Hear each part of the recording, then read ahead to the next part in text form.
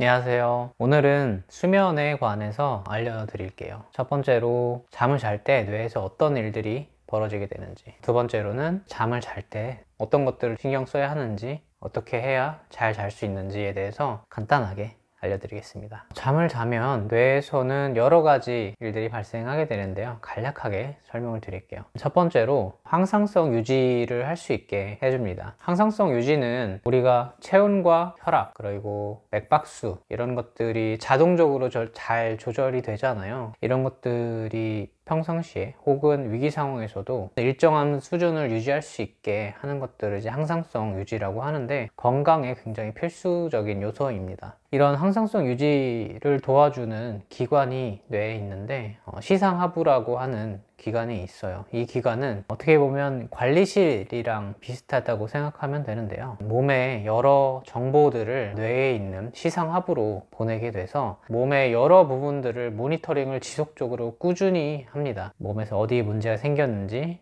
어떤 일들이 발생하는지를 체크하는 관리실과 같다고 생각하시면 되세요. 잠을 자는 동안에 이 관리실을 깨끗하게 청소를 하고, 관리실에서 일하는 사람들을 잘 먹이고 쉬게 하고 하는 작용을 뇌에서 하게 됩니다. 잠을 잘 못 자게 되면 항상성 유지에 굉장히 큰 어려움을 겪을 수 있어요. 두 번째로는 좋은 판단, 그리고 합리적인 판단을 할 수 있게 도와줍니다. 이거는 뇌에서 전두엽이라고 하는, 어떻게 보면 뇌의 대장과 같은 부분을 잘 청소하고 영양분을 공급하기 때문에 나타나는데요. 이 전두엽은 이성적인 판단을 하는데 가장 일조합니다. 전두엽이 제대로 기능을 하지 못하면 정상적인 사고를 할 수가 없어요. 일례로 잠을 한 3일 정도, 4일 정도 아예 자지 못하게 되면 환각 증상이 발생을 합니다. 있지 않은 물체가 보인다거나 혹은 이상한 소리가 들린다거나 하는 환시와 환청이 나타나게 되는데, 이런 것들이 전부 전두엽의 기능이 정상적으로 작동하지 못해서 나타나는 거거든요. 잘 때, 수면을 취할 때 관리실 시상하부를 청소하고 영양분을 공급하는 것처럼 전두엽도 적절히 쉬고 영양분을 공급하게 돼서 좋은 판단과 이성적인 판단을 할 수 있게 도와줍니다. 세 번째로는 기억력을 증진시키고 중요한 기억들을 강화시킵니다. 이런 이제 역할을 하는 거는 다들 아시겠지만 해마라는 기관에서 하게 되는데요. 굳이 표현을 하자면 해마는 도서관 같은 느낌이죠. 하루 동안 발생했던 일들 중에서 기억을 반드시 해야 되는 것 혹은 중요한 사건들은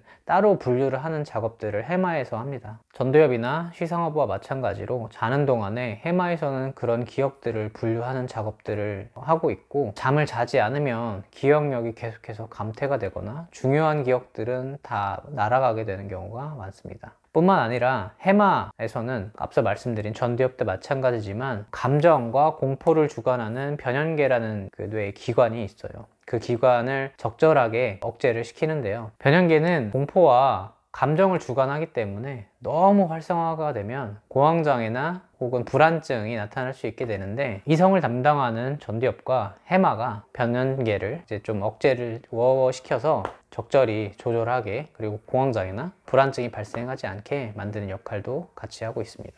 네 번째로는 뇌의 글림프 시스템이라고 하는 청소 시스템이에요. 이런 시스템을 이제 활성화시키는데, 뇌에서는 하루 종일 일을 하기 때문에 그에 맞는 이제 노폐물들이 나오게 되잖아요. 그런 노폐물을 처리를 하는 시스템이라고 생각하시면 되는데, 그게 주로 잘 때 뇌에 있는 노폐물들을 다 처리를 하고 새로운 물질들을 다시 생성을 하고 영양분을 공급을 하기 때문에 이런 과정을 통해서 뇌 기능을 정상적으로 만들어줍니다. 그래서 종합적으로 얘기하면 이렇게 네 가지 기능 과정들을 거치게 돼서 자는 동안에는 뇌를 최적화시킨다고 생각하시면 편합니다. 뇌에 부족했던 영양분을 공급을 하고 쉬게 해주고 노폐물을 처리를 하기 때문에, 이런 자는 과정, 수면이 적절하게 있지 않으면 깨어있는 동안에 뇌가 정상적으로 기능을 할 수가 없어요. 그래서 잠은 반드시 필요한 요소입니다. 그렇다면 모두가 궁금해 하시겠지만 잠을 어떻게 하면 잘 잘 수 있는지, 고려해야 될 만한 요소들이 무엇이 있는지에 대해서 간단하게 설명을 좀 드릴게요. 첫 번째로는 당연히 스트레스겠죠. 정신적인 스트레스와 육체적인 스트레스로 나눌 수 있는데, 기본적으로 스트레스를 받으면 뇌에서는 모노아민이라는 물질들이 나오게 돼요. 아시겠지만 세로토닌, 히스타민,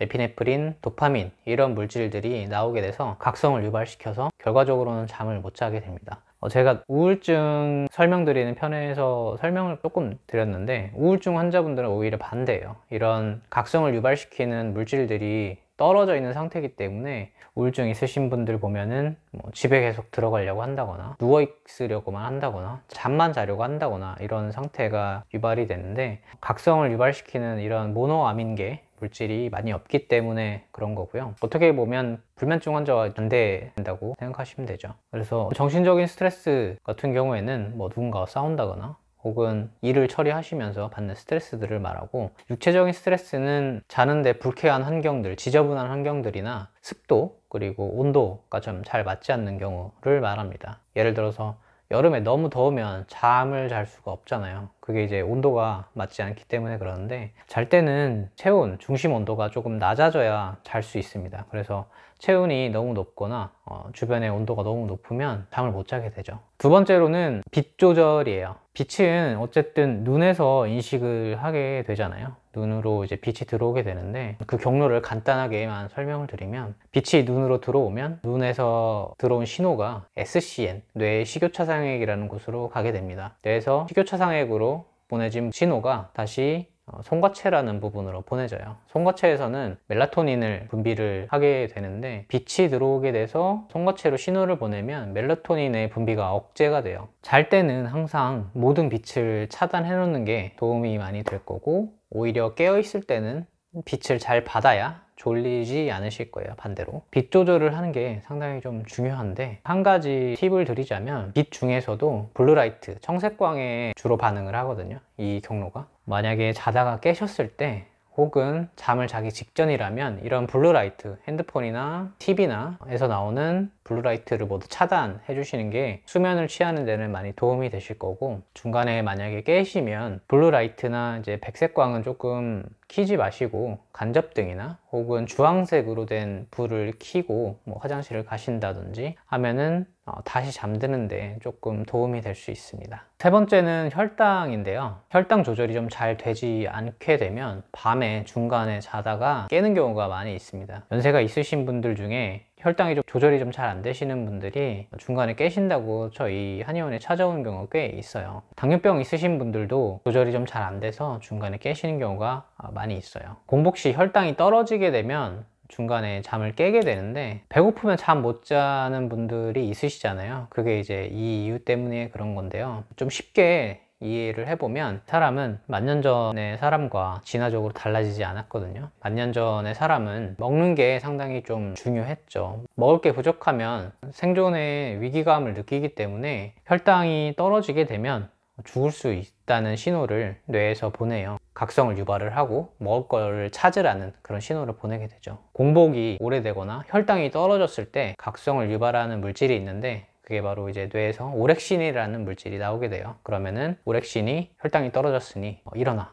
먹을 거를 찾으러 가, 이렇게 신호를 보내게 되는 거죠. 배가 많이 고프시거나 혹은 혈당이 많이 떨어져 있는 상황이라면 잠을 못 자는 게 어떻게 보면 자연스러운 상황이기 때문에, 수면을 적절히 취하기 위해서는 혈당이 어느 정도 적절한 수준을 유지하는 게 굉장히 도움이 됩니다. 그 다음으로는 야식을 먹는 게 좀 좋지 않은데요. 밤에 자기 전에 음식을 먹으면 위장관에서는 계속해서 연동운동이 발생을 하고, 그리고 소화효소를 분비를 하고 소화액을 분비를 하기 때문에 각성이 유발이 돼요. 결과적으로 이렇게 소화가 된 영양분들이 간에 들어가서 다시 한번 대사 과정을 거치게 되거든요. 대사를 한다는 거는 간에서도 일을 한다는 이야기예요. 자는 동안에 간에서 일을 하게 되면 각성을 또 유발하게 된다는 보고가 있어요. 실제로 간 기능이 떨어진 사람들, 환자들, 간경화 환자들을 이제 관찰을 했는데, 수면 유지 장애가 대부분 빈번하게 있었다는 보고가 있고요. 종합적으로 봤을 때 밤에 야식을 먹는 것은 위장 간의 운동을 촉진을 하고 소화된 음식들이 간으로 가서 다시 한번 간에서 일을 하기 때문에 중간에 깰 가능성이 높다, 각성을 유지할 가능성이 높다 라고 알고 계시면 좋을 것 같아요. 오늘은 수면의 기능과 잠을 잘 자기 위해서 어떤 것들을 고려해야 되는지를 말씀을 드렸습니다. 도움이 되셨다면 좋겠네요. 긴 영상 봐주셔서